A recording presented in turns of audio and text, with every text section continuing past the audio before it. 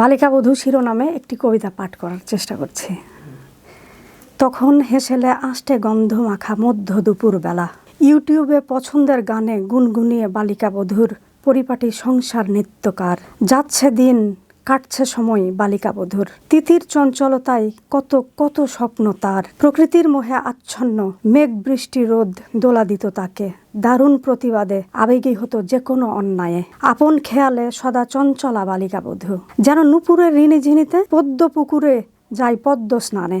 High শোনিত সুধাই স্বপ্ন গেল চুরি, পদ্ম পুকুরে ভেসে গেল রক্ত জলের অনলে। বিষ আর অমৃতর সমাহারে পদ্ম আর পদ্ম হলো না, এরই মাঝে ওম জুড়ে সন্তান হয়ে গেল নির্বাক সময়ের নির্বাক প্রহরী। বেলা গড়িয়ে গোধূলি এলো, পরিণত বয়স পরিণত চাওয়া, তবু অবুঝের মতো প্রশ্ন গোধূলির রক্তাক্ত প্রান্তরেই। লুট যাওয়ার সময় কলম সৈনিক ফিরে চাই সেই নির্মেঘ সকাল, রৌদ্র চঞ্চলতার নির্মম অরুণিম। 5-7 কাটিয়ে আজকাল সময়ের সন্ধ্যাটা বেশ নিজেরই লাগে বালিকাবধূর। ঠাটবিহীন একোন রাগ দৈতার মন কি তবে সুর হারিয়েছে? শোনে শোনিত সুর, দেখে জেসাসের মুচকি হাসি। ভাষাহীন নির্বাক প্রহরী, ইমন কল্যাণে দূরে বাজে ওই বীণা। হেসেলে মশলার গন্ধে মৌ মৌ খিচুড়ি সন্ধ্যা, হঠাৎ এক পশলা বৃষ্টি।